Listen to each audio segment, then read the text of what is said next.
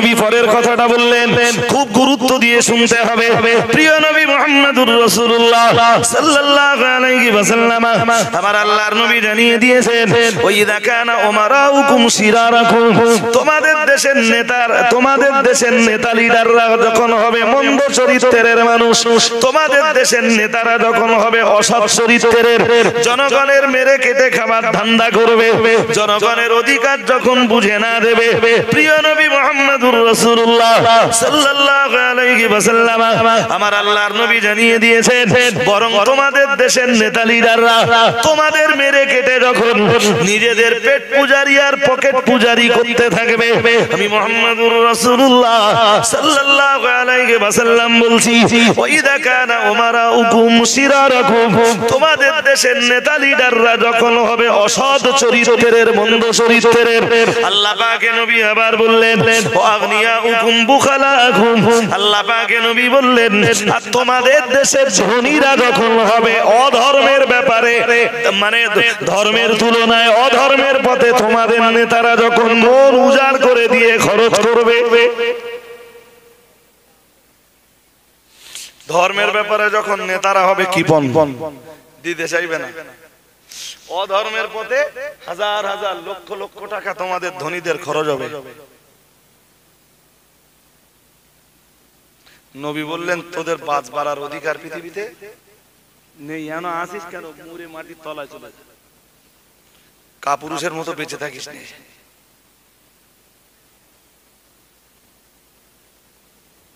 আজকে সমাজের ধনীদের কন্ডিশন দেখেন, খেলা ফুটবল খরচ করেছে 3 লাখ টাকা, সেমিফাইনালে গিয়ে হেরে গেছে। 16 দলীয় টুর্নামেন্টের সেমিফাইনালে যে হারা মানে সব গেছে, 3 লাখ শেষ, কিচ্ছু আসেনি, আসলেও সেটা ছিল জুয়া। সেটা কি জোর করে বলেন? সেই লোকটার কাছে মসজিদের কাজের জন্য গেছে, 5 বস্তা সিমেন্ট ধরেছে, তার উত্তরে বলেছে যে ব্যবসা বাণিজ্য ভালো যাচ্ছে না।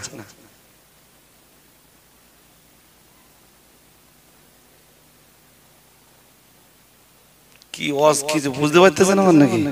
হ্যাঁ, এই বাস্তবতা ছাড়া কোনো হাদিস বোঝা যায় না। ব্যাপক পড়াশোনা করেও যতক্ষণ কোন হাদিসের বাস্তবতা কেউ না ধরতে পারবে, ততক্ষণ পর্যন্ত, মানে 1500 বছর আগে নবীর হাদিস যেমন ছিল আজও তেমন আছে, 1500 বছর আগের মুসলমানদের যেমন কাজে লেগেছে, 1500 বছর পরের মুসলমানদের কোরআনের আয়াত আর নবীর হাদিস একই রকম কাজে লাগবে।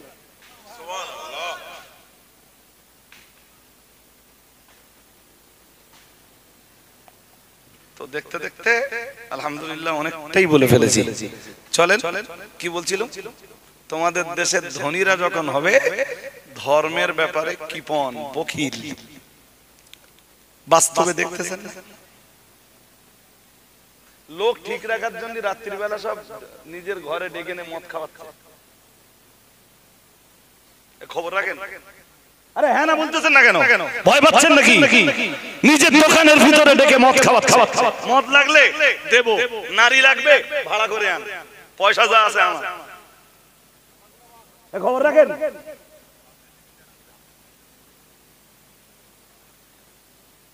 পিস্তল লাগবে, বুলেট লাগবে, বোমা লাগবে, যা লাগবে খরচ আমার। কিন্তু যেদিন আমি কাজের জন্য ডাকবো সেদিন তোর কাছে হাজির হতে হবে। এই অধর্মের পথে যখন পয়সা খরচ হয়, এর গা কলজে জ্বালা করে। কথা বলতেছেন না কেন? কলজে জ্বালা করে। মসজিদের জন্য যান, মাদ্রাসার জন্য যান, ওদের কলজে পুড়ে যাবে 2 বস্তা সিমেন্ট দিকে। রাসূলুল্লাহ হাদিসে 1500 বছর আগে ওইটাই বলতেছেন। নবীর হাদিস কত বাস্তব, এখান থেকে আরো 1500 বছর কেটে যাবে, নবীর হাদিস তখনও বাস্তবই থাকবে।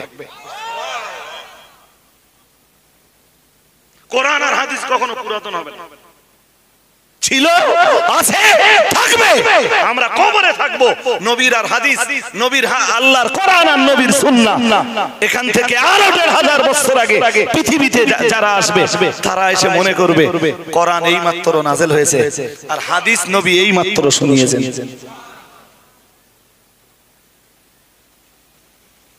আমাদের বুঝবার চেষ্টা আছে? নেই, নেই। আমি শেরপুরের শ্রোতাদের বলছি, আপনি একটা হাদিস শুনে বহন করে নিয়ে বাড়ি যেতে পারবেন না, ক্ষমতা নেই।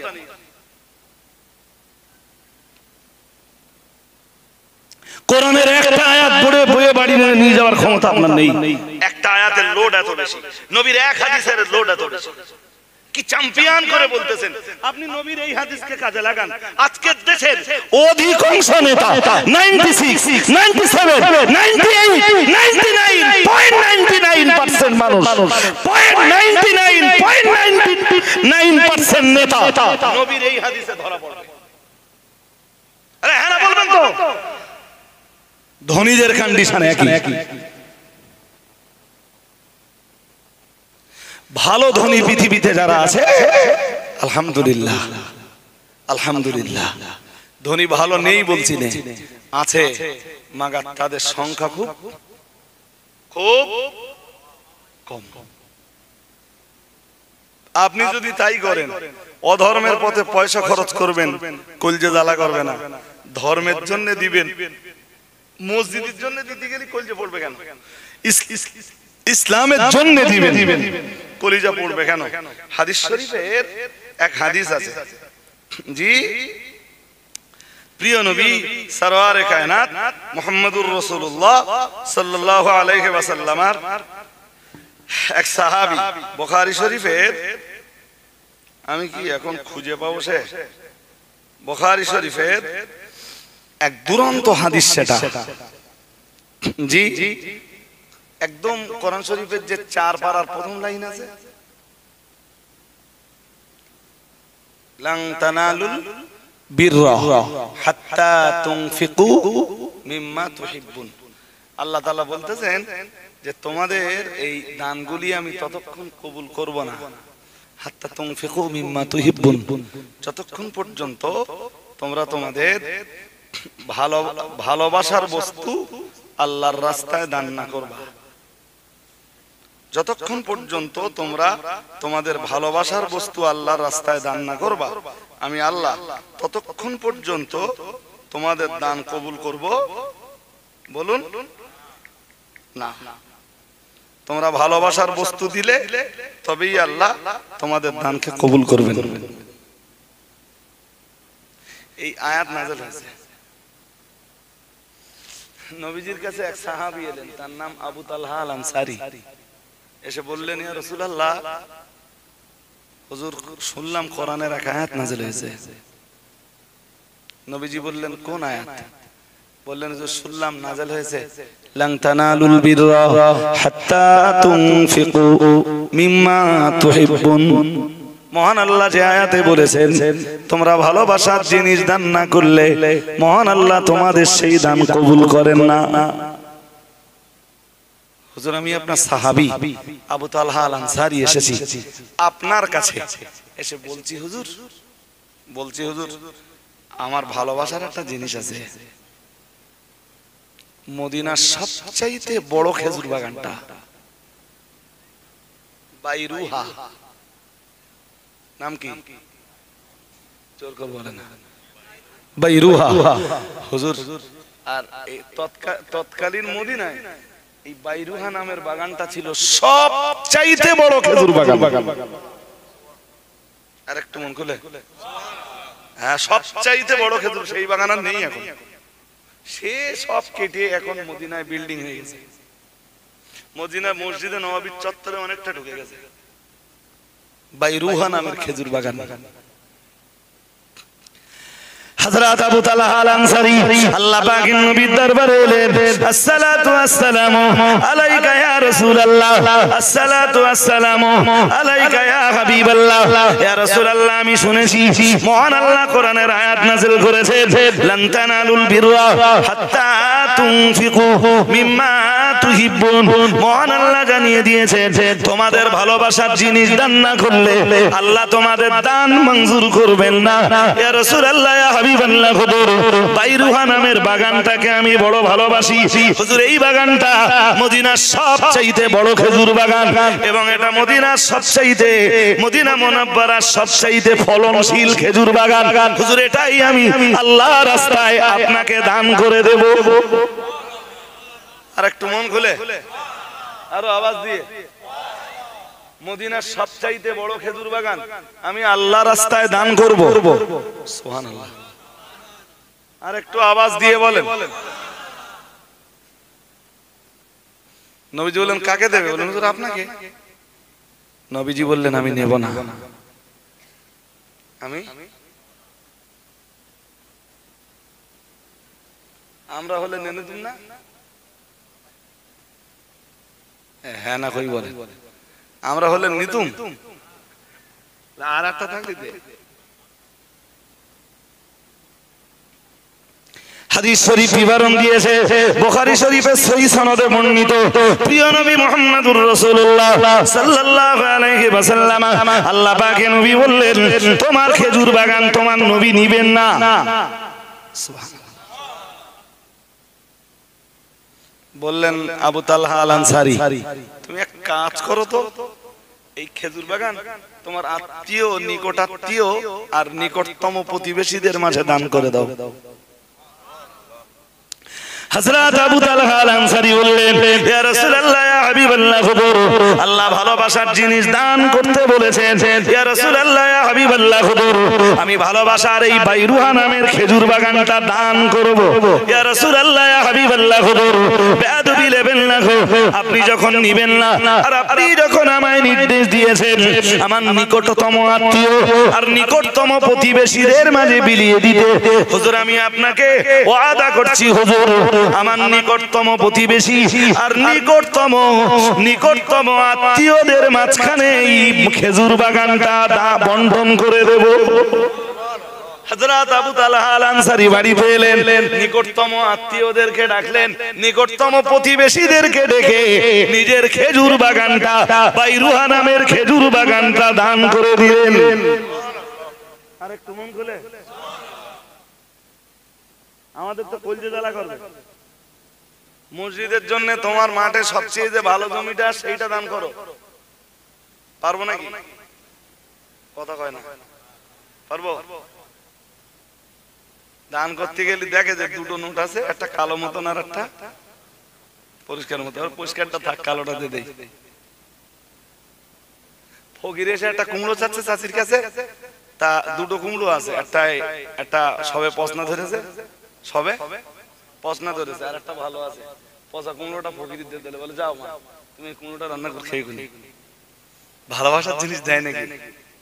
কথা বলেন, দেয় নাকি? আর কবুল হয় কোন জিনিস? জোর করে বলেন, আরো আওয়াজ দিয়ে বলেন। অজ আর করবো না আমি, অজ হয়ে গেছে।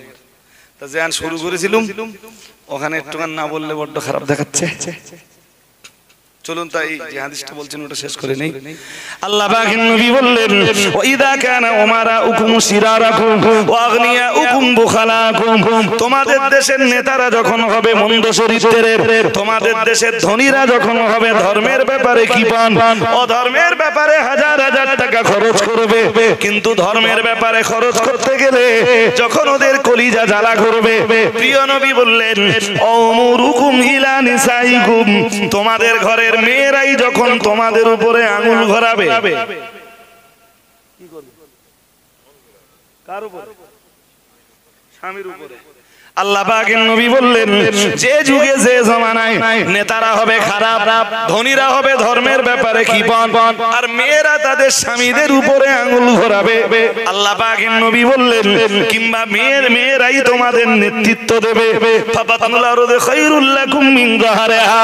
না না না না না, ওই জামানায় তোমাদের মতো মানুষগুলোর পৃথিবীতে বেঁচে থাকবার আর অধিকার নেই, ওর চাইতে মরে তোমরা মাটির তলায় চলে যাও। নাউজুবিল্লাহ বলুন, জোর করে বলেন। হিসাব করে দেখেন বাঁচবার অধিকার আছে? তিনটেই শুরু হয়ে গেছে। নেতা মন্দ, নেতা ধনী ধর্মের ব্যাপারে কৃপণ, আর মেয়েরা স্বামী শাড়ি কিনে এনে দেয়, পছন্দ হয় না, বউ নিজেই চলে যায় দোকানে, স্বামী শাড়ি নিয়ে এলে বলে তোমার চোখ না চুলো। হ্যাঁ না বলেন, বলবেন তো, কিছু বলতেছেন না?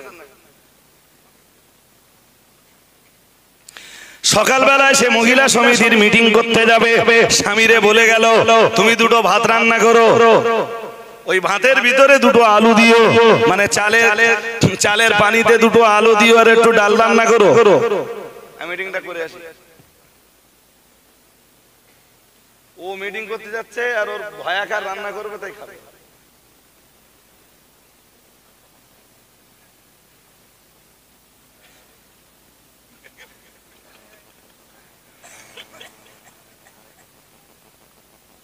বুঝতে পারো না? না,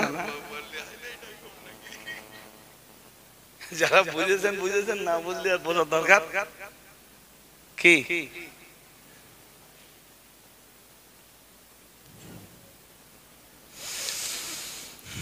ভায়াকার বোঝে না? না, ভায়াকার মানে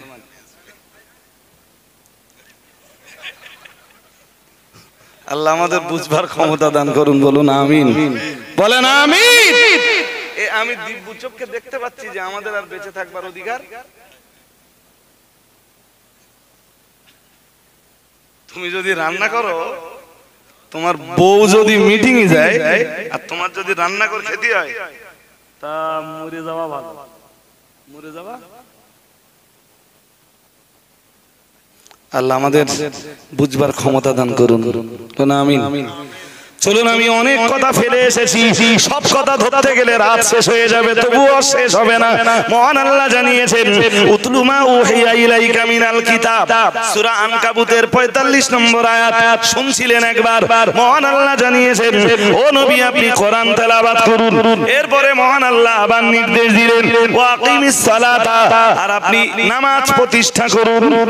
ইন্নাস সালাতা তানহা আনিল ফাহশাই ওয়াল মুনকার, নিশ্চয়ই নামাজ মানুষকে অশ্লীলতা, নির্লজ্জতা, জেনা ব্যভিচার থেকে বাঁচায়। মহান আল্লাহ বললেন আল মুনকার, এবং মন্দ কাজ থেকে, পাপ কাজ থেকে বাঁচায়। আল্লাহ পাক ফের বললেন ওয়ালা যিকরুল্লাহি আকবার, আর আল্লাহর যত জিকির আছে সবচাইতে বড় জিকিরের নাম হলো সালাত। সুবহানাল্লাহ। আর একটু মন খুলে এবার ফিরে আসুন একদম গোড়ার কথায়। মহান আল্লাহ জানিয়েছেন ইন্নামাল মুমিনুনা আল্লাযীনা ইযা যুকিরাল্লাহু ওয়াজিলাত কুলুবুহুম, ঈমানদার হলো তারাই। আল্লাহ পাক রব্বুল আলামিন জানিয়েছেন ঈমানদারের কাছে যখন ইযা যুকিরাল্লাহ, আল্লাহর জিকির হয়, এর মানে হলো আল্লাহ পাক রব্বুল আলামিনের ইবাদতে ঈমানদার যখন মগ্ন হয়ে যায়, ওয়াজিলাত কুলুবুহুম, তার অন্তর প্রকম্পিত হয়। নামাজের ভিতরেই তার অন্তর কেঁপে ওঠে। কি হয়? এটা জিকিরের প্রথম মানে। দ্বিতীয় মানে কোরআন তেলাওয়াত। কোরআন তেলাওয়াতের সময় ঈমানদারের অন্তর কেঁপে উঠবে, চোখ দিয়ে পানি গড়াবে। তৃতীয় ব্যাখ্যা, আলাদা আলাদা ব্যাখ্যা দিতে গেলে অনেক সময় যেত, তাই শর্টটাই শুধু ফিনিশটা করে দিচ্ছি। জিকিরের তৃতীয় অর্থ আল্লাহর বিধিবিধানগুলো মেনে নেওয়া। যখন ঈমানদারদের কাছে আল্লাহর বিধিবিধানগুলো তুলে ধরা হয়, ঈমানদারদের অন্তর কেঁপে ওঠে। যেটার কেঁপে উঠবে ওইটা ঈমানদার। কোরআন শরীফ তেলাওয়াতের সময় যার অন্তর কেঁপে উঠবে ওটা ঈমানদার। নামাজের সময় যার অন্তর ভয়ে কাঁপবে, দুনিয়ার কোনো খেয়াল নামাজের ভিতরে থাকবে না, ওইটা ঈমানদার। বলে হুজুর আমি নামাজই পড়ি না তো আমার কাঁপার কি প্রশ্ন? নামাজও পড়ি নে, আল্লাহর বিধিবিধানও শুনি নে, আর কোরআন শরীফও পড়ি নে, আমার কাঁপার আবার কাঁপাকাঁপির আবার কি প্রশ্ন আসে? নেই তো, বহু মানুষের কাঁপাকাঁপির কোনো প্রশ্ন নেই।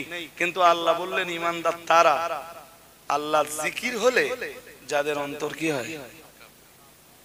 ওয়াইদা তুলিয়াত আলাইহিম আয়াতুহু, ঈমানদারের দ্বিতীয় গুণ আল্লাহ বর্ণনা করতে যেয়ে বললেন ওয়াইদা তুলিয়াত আলাইহিম আয়াতুহু, আর ঈমানদারের কাছে যখন আল্লাহর কোরআনের তেলাওয়াত হয়, তার মানে তেলাওয়াত যখন সে নিজে শোনে, মহান আল্লাহ জানিয়েছেন, আল্লাহ পাক রব্বুল আলামিন জানিয়েছেন সাদাতুহুম ঈমানা, ঈমানদারের ঈমানের আলো আরো বেড়ে যায়। আর একটু মন খুলে কি শুনলে বেড়ে যায়? কোরআনের কথা শুনলে ঈমানদারের ঈমানের আলো আরো জাদাতুহুম ঈমানা। মহান আল্লাহ ঈমানদারের 3 নম্বর গুণের বিবরণ দিতে যেয়ে বললেন ওয়া আলা রাব্বিহিম ইয়াতাওয়াক্কালুন। আল্লাহ পাক রব্বুল আলামিন বললেন ঈমানদারের তৃতীয় গুণ হলো, আমি আল্লাহ পাক রব্বুল আলামিন বলছি তারা হয় তাদের রবের উপরে নির্ভরশীল। সুবহানাল্লাহ। কার উপর নির্ভরশীল?